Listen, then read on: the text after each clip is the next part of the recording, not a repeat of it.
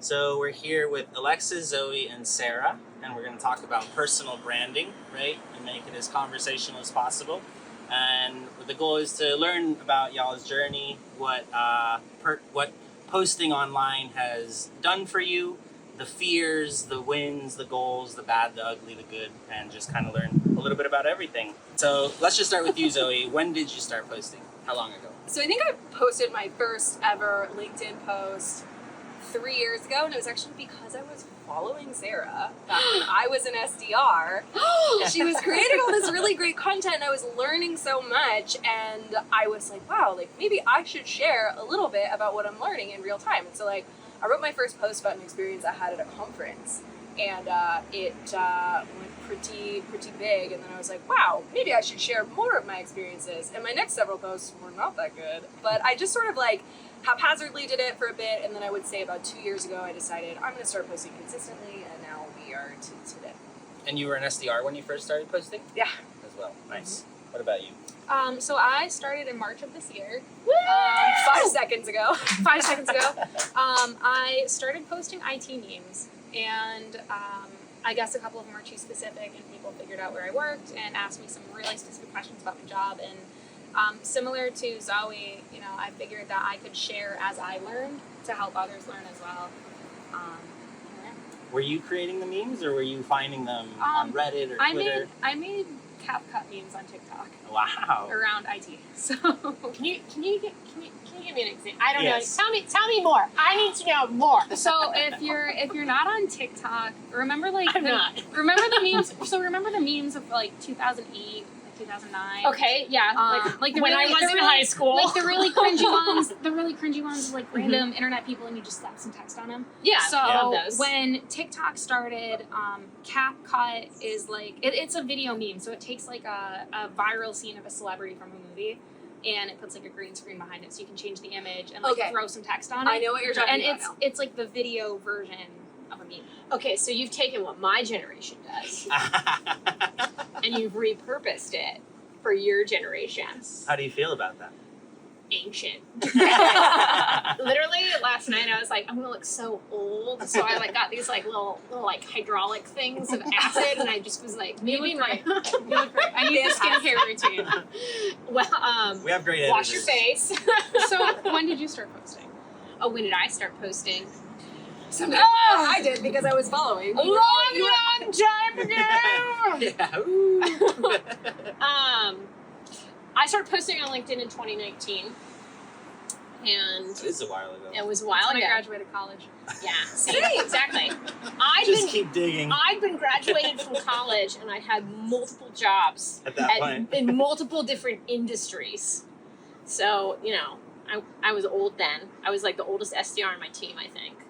There's maybe one person who was older than me, and they also had, this was their second career. Yeah. After like momming for like 20 years. It's badass. Yeah. So, there was the mom and me, and then all the kids. But why? Why did you start posting? I posted because someone had been really rude to me on a cold call, and I thought it was so funny. I was like, that guy's an asshole. I gotta tell someone about this. So I did, and You told the whole internet. no, I told a bunch of people at work, and everyone at work was like, oh, great.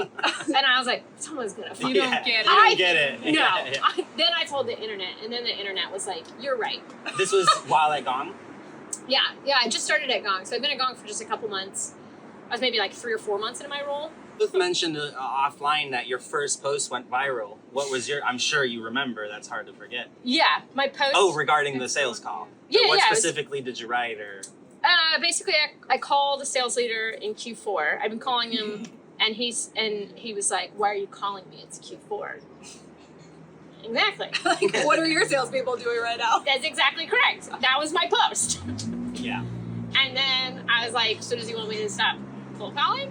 Nah. And that was basically it. That was the whole post. But it went pretty big. It was pretty big. It's the biggest post I've ever posted. No, nothing is ever compared to the bigness Really? of that Even post. after acquiring all of these new followers? Yeah, Wow. correct. That's like the reason why I have followers. Most of them came That from one that post. post. Just milking that one post. Yes, exactly. I have been. I've been just digging in for years now. Nice. Yeah. So that's what happened. What was your first post? So mine was it's actually kind of similar now that I'm thinking about it. It was an open letter to a C-suite that I met at a conference, my very first conference. I was so excited. They sent me and another SDR, no leadership, no instructions. They were just like, go, be free, bring back leads. And we were like, okay. And some C-suite from a company there walked up to me and we were chatting about something. He's like, so tell me what you do. And I went into my elevator pitch. I was like, this is my moment. I'm going to practice. And so I did my elevator pitch. Yeah. And then he put his hand in front of me and he was like, whoa. Pipe down, sweetheart. I don't need the whole dog and pony show. And it crushed me. I was so excited. And he asked me what I did. I thought that was what you do. I had never been to a conference before, but I was just so deflated when I left that experience. It was the end of the conference and I just came home feeling really bad about myself, and I talked to my manager about it and he's like, well, what would you have wanted to go differently? And I didn't have an answer. And then I wrote the answer down and then I turned it into an open letter to this C-suite and I wrote it on LinkedIn, and hundreds of thousands of people saw it and were like, I've had an interaction like that too, or I had a bad experience at a conference. But I think what was interesting is I shared the experience. I wasn't tearing into pieces. I was just here's what you said and here's how it could have gone differently. And I tried to use it as a learning moment. And so many people chimed into the comments and were like, oh my gosh, I've been through something like that, or this was so helpful, or that's a great tip for my next conference. And it just made me feel, one, I was less alone, and two, maybe I could make somebody else feel less alone or seen in their experience. And I remembered thinking about one of Sarah's posts where I was like, wow, I can relate to that experience. And that was kind of the first moment where I was like, this is an opportunity for connection and building real relationships. Mm-hmm. What stands out to me about both of your stories is that it's not necessarily an insight or a new tactic. It's just an experience that happened that many people resonated with. And a lot of times I feel personally speaking, I aim to I won't post this because it's not giving an insight, or it's not teaching something tactful, or it's not immediate advice or something like that. But whereas your most viral posts, not only were the first ones, but they were just a personal story that happened to you. And I think that's just pretty interesting.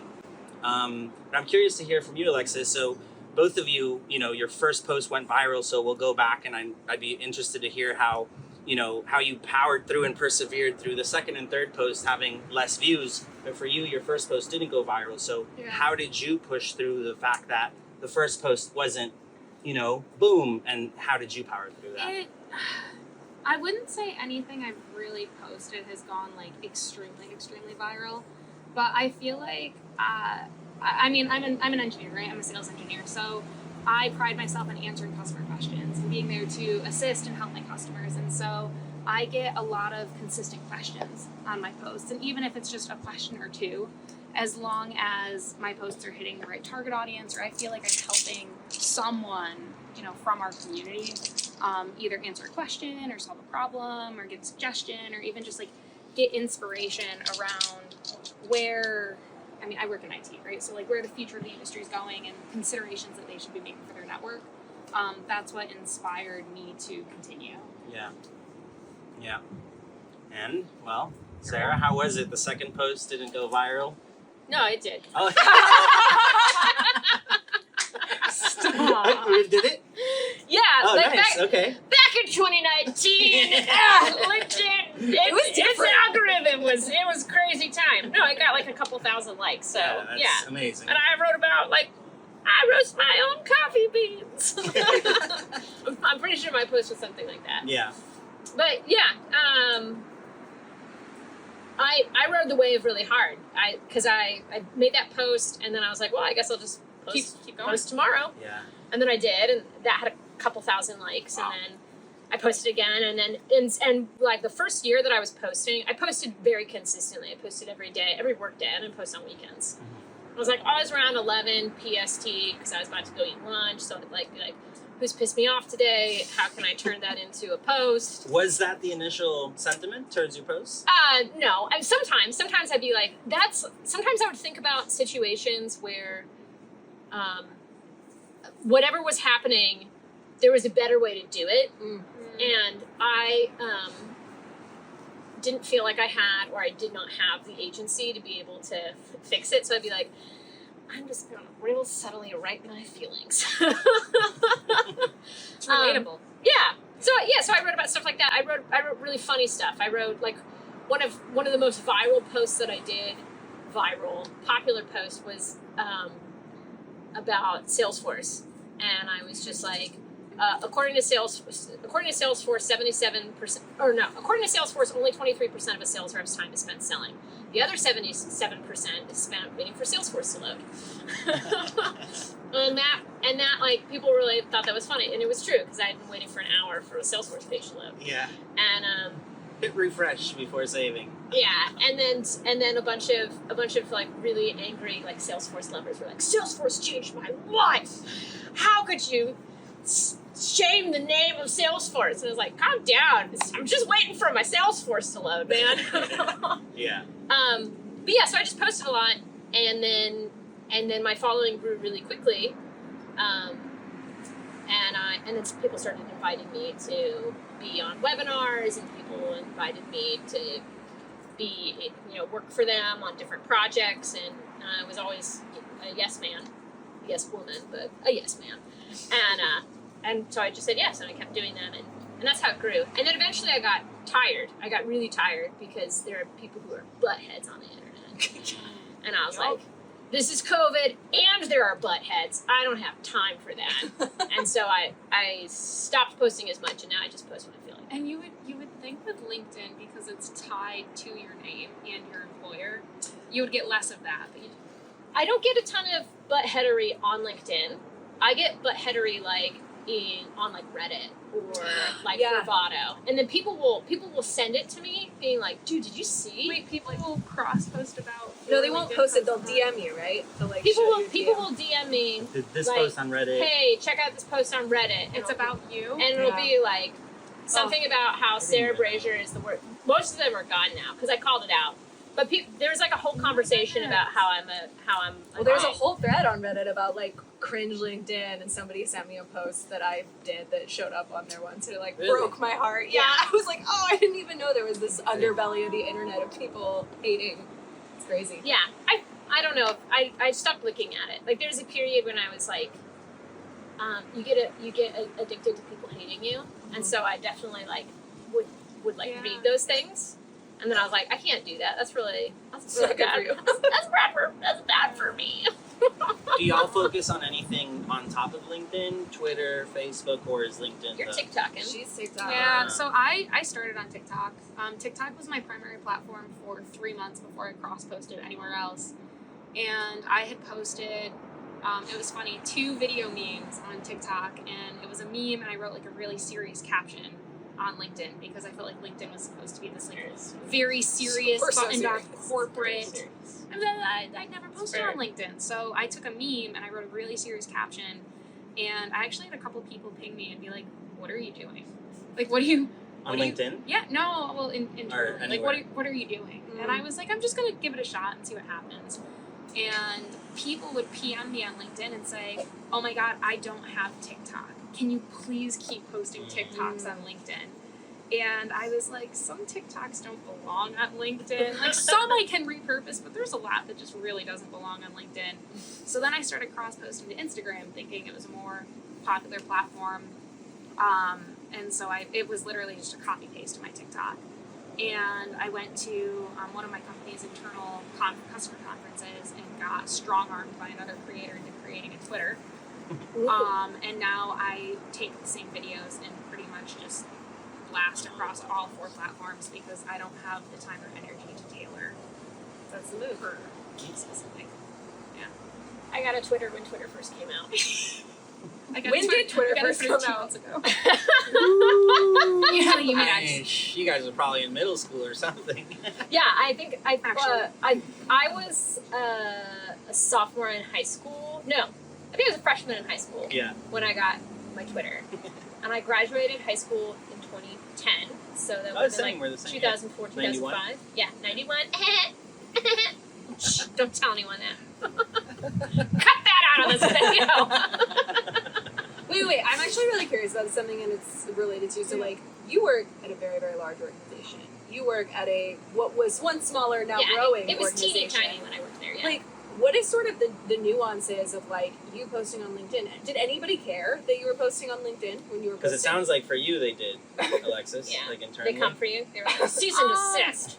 It's a really, and I've talked to other creators from like AWS, from Microsoft. In big tech, it seems like it's a really gray area. Obviously, like abide by your corporate social media policy, which is basically like no IP, no private Same here. information. But other than that, Common sense. It's basically common sense. There's no Like, here's the link to our code base. yeah, Like, just be a good company representative. I so want to share screenshots from our all hands. the way I approach it is obviously we're all in sales, we're customer facing, right? If I wouldn't say to a customer, I won't post on the internet. there you go. That's a good rule. But outside of that, there really hasn't been any corporate training or guidelines or anything that I've been approached with. Just, be careful of your personal brand and make sure you keep it professional, which I feel like I get away with a little bit because I'm younger and that's how I interact with my customers, and so that's how I interact with the internet. And I feel like a lot of people are very receptive to it, so I've powered through. Yeah. Nice. How about you? I mean, Gong was like excited. They were really excited by how many. You want to do this in your free time? For free? Yeah. Yeah, basically. No, actually, no one was like, do it in your free time. Don't do it in your free time. They were just like, if you want to do this, go for it. That's great. But a lot of people were super excited about how viral the post went at the beginning. Yeah, and then Gong now has like, I think on your onboarding they talk you through about like if you want to create content, here's some ways to think about it. Did you help them I was like gonna with say. their No. They didn't even consult you. No. And that's okay. We've got like lots of smart people who Yeah. also know how to use the internet. So it's not. But not as good as you. No, I think there's people who can use the internet better than me. it's their whole job. I mean, today I tried to buy tickets to the Met for my mom, to the opera, because that's where I'm taking her for her birthday. And it took a really long time. I was really struggling with the internet, so. Okay. I have two questions. So, how many employees were there when you first started at Gong, and were you one of the first ones to start posting? When I started, I was in the class of people that turned Gong from like 90 something to 100. So I'm around the 100th employee, depending on who got their offer letter first. Sure.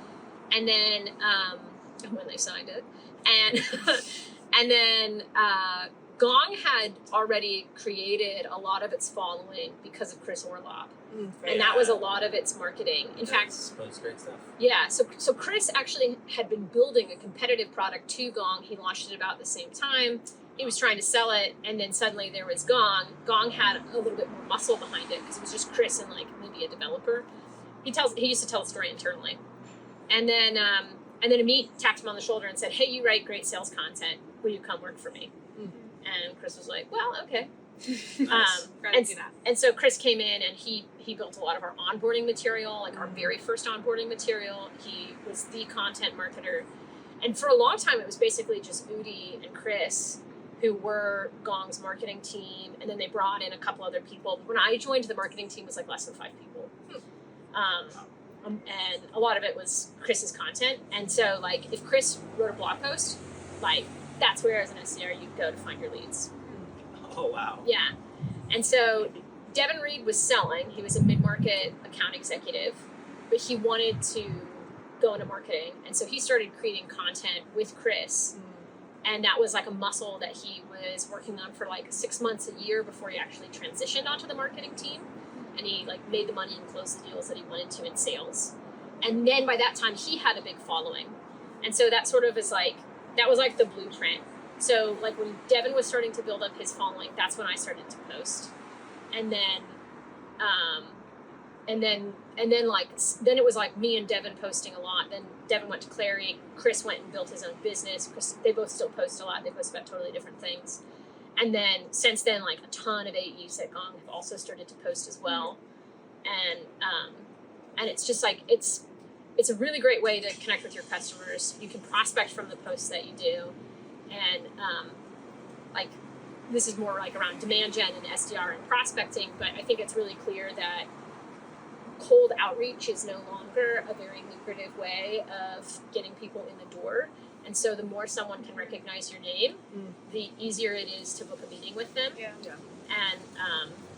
And so you can like go and any of the people that post at Gong, you can search their name across Gong calls, and you can find like discovery calls where someone says, so how'd you hear about us? And the reason is, I saw Chris's post, I saw Devin's post, I saw Sarah's post, I saw whomever's post. That's awesome. Yeah.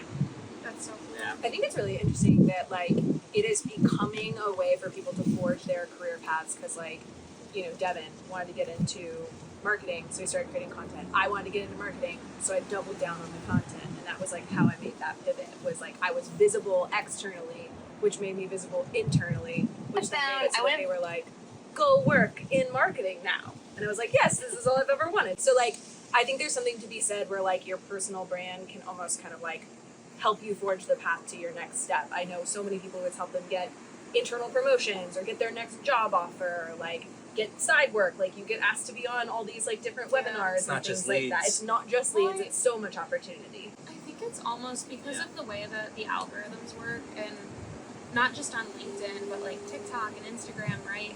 If you're, at least in my experience, if you're posting content for your customers or for your ideal customer, it will find them because they are industry professionals. And I mean, think of the algorithm knows you so well. Like I get stuff that I'm interested in all the time, and it just shows up, right? Creepy. It's just how a part well of it knows me. It's just a part of your feed, and so as long as you're, you know, tagging your content correctly and targeting the right audience, I mean, it's gonna reach the right people. Yeah.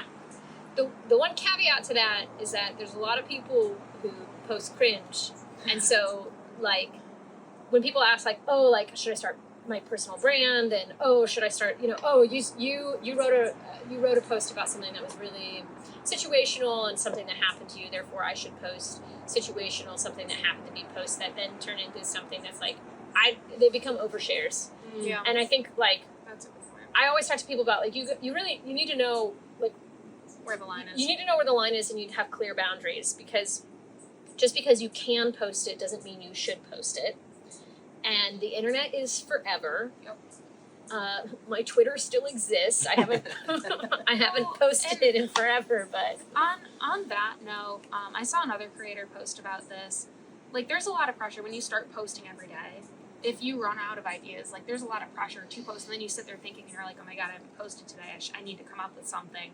But other people won't realize if you don't post. Yes. And it's more, it's almost like a first impression. It's more important to show up consistently with the same energy and like good content than post a bunch of shitty content consistently, because people's impression of you will be what they see. And so just making sure that, like you said, like you're not just oversharing. yeah. I think you should have, like if we want to get tactical, Like QA, like quality assurance. Yeah, I think if you person on the internet watching this want to start posting, I think you should be very tactical about how you approach it. And you should say like, who is this for? Who's my audience? And like, if you take any creative writing class, or like, you should always know, who am I writing for? Yep. Who's going to see this? And what do I want them to get out of it? Mm. And That's a the good point. the answer could be lulz. Like, your memes are for lulz. One of the last posts I did was for lulz. I'm curious though, like your first few posts, were you thinking that deeply, or Yes, because Really? Okay. because my background is in broadcast journalism. okay? So that's what my degree is in. And then I also ran social media for a nonprofit when I first graduated from college. Yeah. Just ingrained in you. So I was already like, I ran a Facebook and a LinkedIn and a Twitter and an Instagram. TikTok didn't exist back then. Yeah. But like I knew how to do that. That's what I did for like a year when I first graduated. And then, yeah, I mean, like if anyone who wants to create something, you always ask yourself, who is this for? I was an actor too, so you think like, who's the audience? Who's going to watch Yeah. this? What's the takeaway? What's the message? And when you do a show, like you always are thinking about what's the big theme, what's the big thing that when the audience leaves, they're going to remember. Yep. and then you can go into like all the different scenes and what just each, but you've always got a North Star. Well, Yeah. LinkedIn like is almost designed specifically. I think TikTok's algorithm, but like when you think about creator mode, right? Like you can pick 3 to 5 topics that you want to talk about. When I build executive presence for like our executives, we do a brand identity exercise. The first thing we do is, what are your 3 to 5 topics? Who are your 2 to 3 like audience members? Who are we talking to?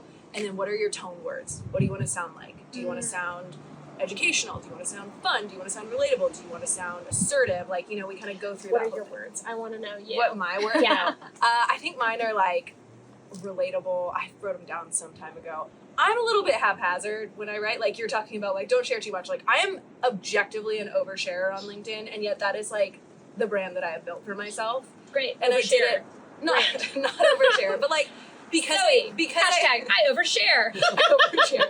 Because one of my topics that I'm professionally overshare. Oh, I want that on your Overshare on my tagline. tagline. If it doesn't change tonight, Okay, I'll for change you. it. But like, because I've intentionally picked one of my topics to be mental health, I go probably a little further than the average person would go on that topic. Now, there are definitely things that I'm like, this is not for LinkedIn, and I won't share it. But there are some things that like I've had people DM me and be like, I can't believe you would share that on the internet. And I'm like, it's actually really important to me that I share this one specific thing. Part of your But personal it does brand. go through that filter still. And Right. so I think the other thing to think about is like, that line is different for everyone. Yeah. Like what oversharing is. There are some people who get on there and just, say some crazy stuff, and you want to, but like, you're right, it is forever.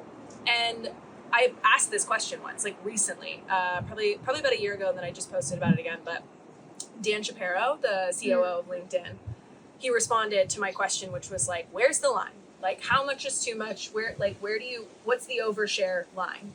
And he was like, I like to think of LinkedIn as like your dream team or work environment. So if you wouldn't share it with your team at work, don't share it on LinkedIn. And that has been an excellent barometer for me, and that's exactly like what I think about before I post it. And I also think that line is different for some people. I think some people would share something in a team meeting and they wouldn't, like another person might not share that thing.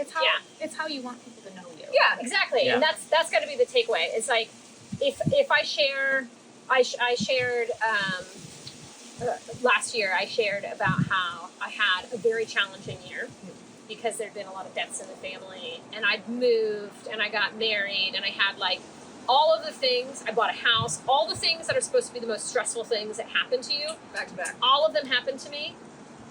Yeah, pretty much all of them happened to me, except for having a baby. I didn't have a baby, but I got a dog, so I basically had a Basically baby. the same.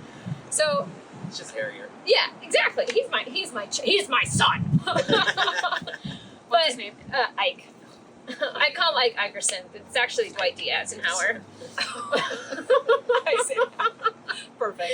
President Eisenhower, come over here. Well, you shared about it. But I shared about it, but like the takeaway, but there was a takeaway, because I'm not just going to share that and be like, my life's awful. There's a takeaway. Yes. Like, what it is, like what it was in that post was like, I need a break. And I recognized I needed a break. And so I took a break. Yeah. And then I went on vacation for 2 weeks. One of those weeks was just sitting in my house reading Yep. and not doing anything. Yeah. And like, if you have a outcome or a takeaway that you want someone to learn from, a learning, great, post it. If you just want to complain or vent, Yeah. or if you're in a bad spot and you aren't out of it and you need help, probably not Not the place to LinkedIn ask for help. or Twitter or whatever. Probably like call your mom Or your therapist. or your therapist. Definitely call your therapist. Yeah. Or whomever, call a trusted someone. And so like that's the difference. Yeah. It's like sometimes I read things and I'm like, that's a cry for help. I'm concerned for you. Sometimes I read things and I'm like, that was really good. Thank you. I will take a vacation now. Yeah. So obviously we could go forever, all 4 of us, talking about personal branding, sales, LinkedIn. And I just had 2 closing questions, and then to bring it all home together, as tips. It doesn't necessarily have to be like to start posting. To start posting, it sounds like you just have to start, and you kind of find your rhythm. You find your.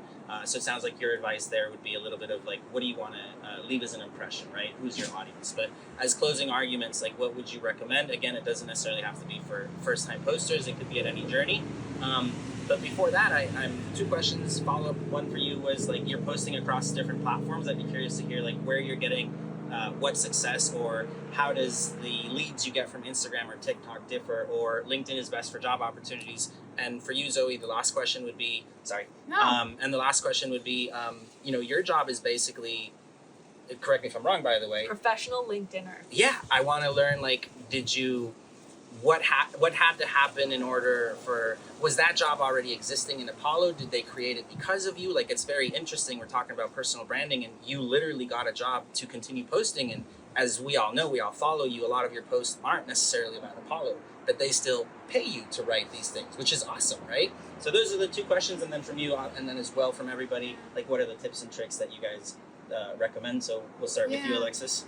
It's interesting because you mentioned, obviously your first post isn't going to be the best, right? Just like anything, you get better. Let's just start and the second. I think you get better at content creation the more you do it, right? You develop a style, you figure out how to talk on camera, how to record better, how to edit better. I've had a lot of younger people approach me and ask for tips, or older people, right? But, how did you get started? I actually shy away from telling people to start on LinkedIn. I tell a lot of people to start on TikTok because it feels like a safe space. A lot of people have networks on LinkedIn already. So when you start posting, it's automatically going to people that you know. Whereas TikTok, it's like throwing shit at the wall and seeing what sticks, right? It throws your content to a random group of people to see how they respond to it. And so for me, at least, it was a really good place to start and get feedback and see what people liked. And I would only I'll post something on TikTok and wait a week to see how it performs before I post it on LinkedIn, because some stuff I'll put on LinkedIn and or some stuff I'll put on TikTok and I won't think it'll perform that well, and it'll pop off and I'm like, wow, maybe more people need to hear this, and then I'll decide to either re-record it more professionally and reshare it on LinkedIn, or just share that same post. There has been instances where I'll wake up in the morning and cross-post on all 4 platforms, and the same piece of content will tank on TikTok but do really well on LinkedIn. Yeah. I have not noticed any trend. I haven't figured it out. I think I honestly, and with the algorithms, I think some of it's timing, some of it's like time of day. Like, I think LinkedIn users are more active in the morning than TikTok users. So I think a lot of it's very dependent. But some content will perform better on others, even though it's on platforms. It's the same. It's the same, literally same video. And results-wise, are you aiming to get the same results from Instagram as it is from LinkedIn? Is it job opportunities? Is it leads? Not necessarily. Again, I'm just trying to spread the word about problems that our technology fixes. Help our customers stay in the loop with everything going on. Obviously, I work for a very large company and we support a lot of different technology, and so it's hard for customers, especially at smaller enterprises, to adopt that. And a big theme of this is newsletters are not the best way to get information across sometimes, right? You need a more personal connection. Dude, I don't need to read my company newsletters. Right. Your inbox gets so full, and so finding yeah, but finding a different way for customers to get that same information without having to sort through their inbox and having it be a chore, delivering it in a fun way. I've definitely gotten leads from it. I support a named set of accounts. So I'll have customers send me questions, and either I'll answer it and then connect them with their account team, or they'll reach out and say, hi, I need to purchase, XYZ equipment. I have a refresh coming up. Who do I talk to? And so I'll be able to go into Salesforce, look at their account, and connect them with their team. Does team. your company pay you more for that? No. They should! I didn't say it. We're saying it. So it sounds like your advice would be, it's actually something I hadn't heard before, so I love it. Your advice is actually, hey, on LinkedIn, it can be a little scary. It is people you know. So go try a new platform where you're brand new, right? And see how the audience reacts. And I love that you actually wait whatever it takes to wait and find out how it performs, and then you actually post. Yeah. That's pretty interesting. And I think that's, if you guys have heard this perception of the social media platforms, on Instagram I want to follow people I know. On TikTok I want to follow people I don't. Yeah. Okay. So I don't have an Instagram.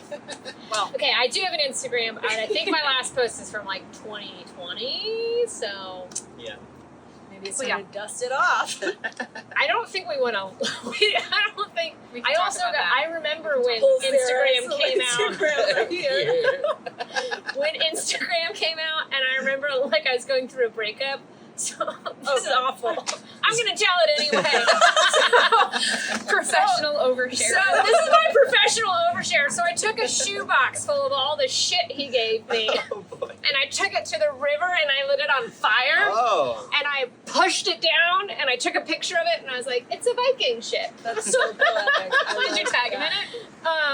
I don't think you could tag people yet. Back in Back in 2013. So that was my first Instagram post. It did not go viral.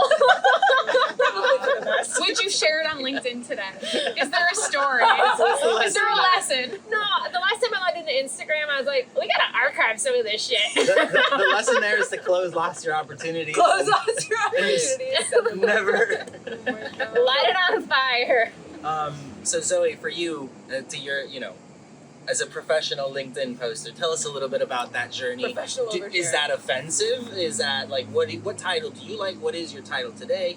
I actually am not totally sure what my title is. It's really long on my offer letter, and I put a shortened version on my LinkedIn, and without looking at it, I couldn't tell you what it is. And honestly, I don't care what my title is, to be Yeah. Fine. totally It's fine. frank, but I was super intentional about this role, and I got to help write the JD for it, which was like really exciting. nice. So I would say like that's probably been the number one benefit of personal brand for me is like I show up, and I would say the number one compliment, positive feedback thing that I appreciate, not necessarily the number one thing that I get, but the thing that I appreciate the most is when people are like, you're exactly who I thought you were. When they meet you like in real life, I'm like, okay, great. That's what we're going for. I just believe that like your personal brand or your professional digital persona should be as close to who you are in real life as you can make it as a professional. And so like I think because of that, when people meet me in a business context, they're like, damn, okay, well like let's talk about some of the stuff that you're talking about online. Like maybe you do actually know what you're talking about. You're not just making up all of this stuff. And so I've built a lot of relationships, been able to build side income. I've gotten every job for the last 4 years from like even before I was posting content, I was social selling and like commenting on people's, content before I created content. And so like every opportunity I've had has come from LinkedIn. I haven't needed a resume. Wow. And like Yeah. this most recent job, they were like, what do you want to do here? We'll And pay I you. was We'll like- pay you for anything. Well, We just want you. not quite like that. Like my boss want Dan, Can you send us your JD so we can figure yeah, out how I'll we send can it to you. I will send it to you because I helped write it. It was epic. It was great. But like my boss Dan reached out to me and he was like, I have this like loose idea. What do you think? And then I added probably like 30 or 40% to it. And I was like, I want to do this. In terms of salary, you mean? Yeah, of course, in terms of salary. Yeah. But like, no, I was like, I want to do this. I want to teach other people in the company to do this. I Wow. want to teach our executives to do this. And I want to leverage other influencers in the space and pay them money and do this. And he was like, done. And then they made me the offer. Wow. And then I have the job. So I don't know what my title is, but yeah, like I literally spend 50% of my day on LinkedIn. But the reason I get to do that is because like it has built so much pipeline for me over the years. It has made so many introductions. It started partnerships at every company that I've been at, and I've been able to document those results as like best as you can. It's all kind of nebulous, hard to track in general. Screenshots. Yeah, it's literally, I have a Screenshots. swipe file of like Screenshots. hundreds of screenshots just to be like, I had this conversation, I made this intro, like we have a deal right now that like Do you still came do that in- today, or that yeah. was early Oh my on? god, no, you all do. the time. Like, I mean, Right. we did our Series D announcement last week. I have 160 screenshots from that day alone of people being like, I can't go anywhere without seeing Apollo. And that was the community team, which I'm a part of, like a really concerted, strategic effort. People were like, did you guys mean to do that? I'm like, yes, it took weeks of work Planning. to do that. Like, it's super intentional and people don't realize that there's strategy behind it. And like, I don't think I've got it figured out. I think the algorithm is unknowable and always changing, but like, there is a lot that you can do to sort of like carve your own path in this space and to like boost your income, get that internal visibility. Like I said this to Alexis on the drive. It's like, I am not the best at what I do. I am not the smartest. I am not the most qualified. I'm just more visible than the people who are better than me.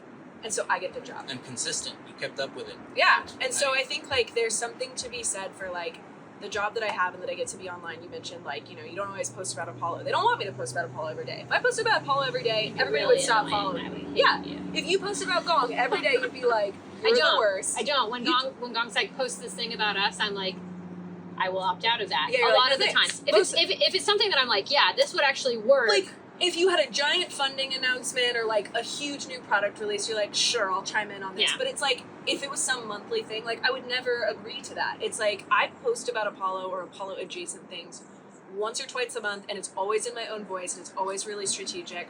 But what I want to do is always be posting about something in the realm of like the people, the problem, or the problem the product solves, and never about the product itself. Yes.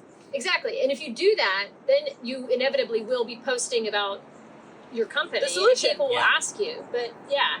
You're generating your own inbound that way. Instead of being like, come take a demo with Apollo, people are like, what's that tool that solves that thing that you just said? And I'm like, I'm so glad you should ask. And then I intro them to sales. Yeah. Out of curiosity, Zoe, do you, and maybe you can't share this, I don't know, but in your contract, do you have to post X amount of things per day, per week? Or is it like, hey, we trust you and you're the professional, and Or do you just have a number, like you need to have X amount of pipeline impressions or... I track back to pipeline, impressions, and revenue. So like those are some of the goals. Revenue even. Yeah, well I said that I wanted to like Pull track back yourself. to revenue because I was like, I really believe this drives like dollars in the door, Yes. and I'm gonna put my like money where my mouth is and also have my money come from that. So Yeah. that's like, I don't have like a commission or like a variable comp based on it necessarily, but like I did slate that in, and it's like a looser number than like, you know, an average person's quota, but we want to be close to it. Like we want to see if we get, and then every quarter we reevaluate, like, okay, did we crush it? Like, let's up it next quarter. Like, did we, you know, like it's going to be a moving target as we kind of see what the state of the possible is, but we're also trying to do this like company wide. Like I'm training other people, so like I want to build a program and I want to prove out, like my goal, my dream, whenever this goes live, I want to hire a social SDR to work underneath me. That's all they do, is just social selling SDR, and can I have them help me like convert these conversations, because I've got hundreds of DMs that I never ever get to. And I want those conversations to be happening. So it's like, how can we like turn this into something that is like actually... I'm surprised you don't have an SDR already, quite frankly. I mean, I've been here for 3 weeks, so... for sure. I have a question for you. Yeah. How do you define social selling versus marketing? Oh, well, I think the end goal is like like booking a demo right then and there. It's like a one-to-one conversation. It's where it's like marketing just in general is one-to-many. Social selling, I find is one-to-one, unless you're one of those people who's like, well, let me use so much automation that everybody hates me. You know, like, marketing is very much about brand awareness. Yeah. And then social selling doesn't just start with prospecting. Yeah. I'm on social talking to my customers. I'm talking about pipeline, and I'm getting multi-threaded into that pipeline, into that account. So like one deal I closed a couple months ago. It was a very large account, so I probably talked to like 30 different people at that company. Wow. And there's a good chunk of them where it's like, you follow Gong on LinkedIn, or you're connected to so-and-so, or now we're first degree. Like, so once I get into the first degree connections, it's like, hey, you're part of this pilot. I message them there because they're more likely to respond on LinkedIn than they are to their email. Because I ignore everything in my email unless it's someone who's actively trying to buy or I'm selling to. Yeah. Or internal, and even then. Exactly, that's what I'm talking about. 24 business hours. I've had a lot of people comment, like, I'll get one, maybe every other post, like, nice marketing video. And I'm like, it's not even really selling. You're like, I'm not even in marketing. I'm just trying to educate you on this. Yeah. It's being helpful. Well, that's okay, because marketing can be educational. Yeah. Just take it as like say, well, bless your heart. I was just curious if you guys had a delineation. I like your definition. Yeah, I think it's just like, it's that one-to-one, it's strategic, it's intentional. Like people who are like, I'm a social seller, and then I'm like, tell me how. And I can't. I'm like, you're probably not. Like, you know, like you might just be a marketer, which is totally fine. Like I am a marketer who also social sells, and I have a background in sales, so I like talk to sellers. And I actually, one of the things that I did in my job description was I baked in a part of my role that is selling. There's no variable comp, but I do sell in my role on purpose, so that when I'm talking about sales tips, I'm still like doing the thing. Yeah. But like, interesting. I probably should have negotiated a variable comp for that, but I didn't because I was just excited about the content itself. But anyway, like Sarah and I just went like this. I don't know, would have been cool. It would have been cool to make more Next money. time, But next time. I'm a bad next time. seller. I'm sure that you can always I'm have sure. your No, it's great. It's like it's a unique role. It's really fantastic. And to your point, like I like the social selling aspect of it. I like teaching other people how to do it. I like at the end of the day, and I feel like you guys all probably do this, all of us, like I want other people to win. I really do. And like the reason that I'm sharing what I'm sharing is not because I'm like, oh, look at me, I'm so amazing. I'm like, this thing I did worked super well. Please do Maybe it. you can do it and do it even better and make even more money than I did, or like book even more meetings, or can you perfect it or build upon it? Like it's never from a place of like, oh, let me flex on all of y'all. It's like this thing worked and like I would love for you to try it and tell me if it worked for you too, because that would be sick. Well, Yeah. the first sales job I had, I didn't book any meetings for 9 months. I was literally, that's not an exaggeration. They were 9 months. 9 months of not hitting quota, and going to one-on-ones with my manager and being like, dude, I think that I'm smart enough to be able to do this job. I think I'm articulate enough to be able to do this job. I have a background of success in other things that I've done. What am I missing? What am I doing wrong? And and that was the response I got from my manager. But they, not every manager is great. Not every manager has time for you. And I wasn't at the right company. But what I realized is that there's a lot of SDRs who have the exact same experience, where they're in a role where someone is their manager or their people leader who doesn't actually know what they're doing, or they themselves haven't cracked the code, or the state of sales has changed and they've aged out of whatever worked for them. Especially in SDR management, I feel like a lot of not all, there are really good SDR managers out there. That's why I finally got to be a good SDR, is because I had a really good manager. But there are a lot of SDR managers who are former SDRs who are up for promotion, and they had a choice: either go manage a team or go be an AE. And AE scared them, and manager sounded like a bigger title, and they already had success. So then they wanted everyone to repeat what they did, but they were their own special snowflake, and what they did is not everyone can do. And it evolves so fast. Yeah. Like what worked for you 3 years ago would not work for you today necessarily. Yeah, I know, because TikTok I've been wasn't prospecting and no one is answering my emails. So if you write about it, if you say, hey, like these are things that worked for me today, go for it and try it, and then getting a message from someone, sometimes like 6 months later, hey, I tried that cold call opening talk track and it worked, and I sourced a lot of meetings off of it. But that's like when I started working with SDR Nation a couple of years ago, that was like the whole reason, is like there's so many people who would be excellent at sales if they just got the basics down. Yeah. And that's why I started posting. And then I worked at Sales Impact Academy, because if you could just get the basics down, then you can do it. And it sucks more than anything to know that you're capable, but you just don't know where to start or what to focus on. Yeah. Why don't we do a quick 1 to 2 minute closing statement where each of you are able to either do a last minute tip, or either what did you learn from this conversation? Is there anything new you take from this that you may be trying out next week someday in a new post or new strategy, whatever it is? But Sarah, we'll start with you and we'll just take it away. In conclusion, I think if you're someone who's thinking about starting to post, whether it's on TikTok, which that was a really good tip right there. Yeah. Or if it's going to be, threads, we could all try threads, I guess. That's Facebook for, oh no. Yeah, it is. It's Meta's Twitter. Yeah. Or X, Whatever that is. So modern. it's Twitter. It's still Twitter.com. Yeah, because I think didn't Zuckerberg buy X? Like he owns, anyway. Whatever. Point is, just try it, and A/B test it. If you like it, keep doing it. If you don't. And know your audience. Know who you want your audience to be, and write for your audience, and write for yourself, or video, or composed musicals, or whatever. Nice. Like share you.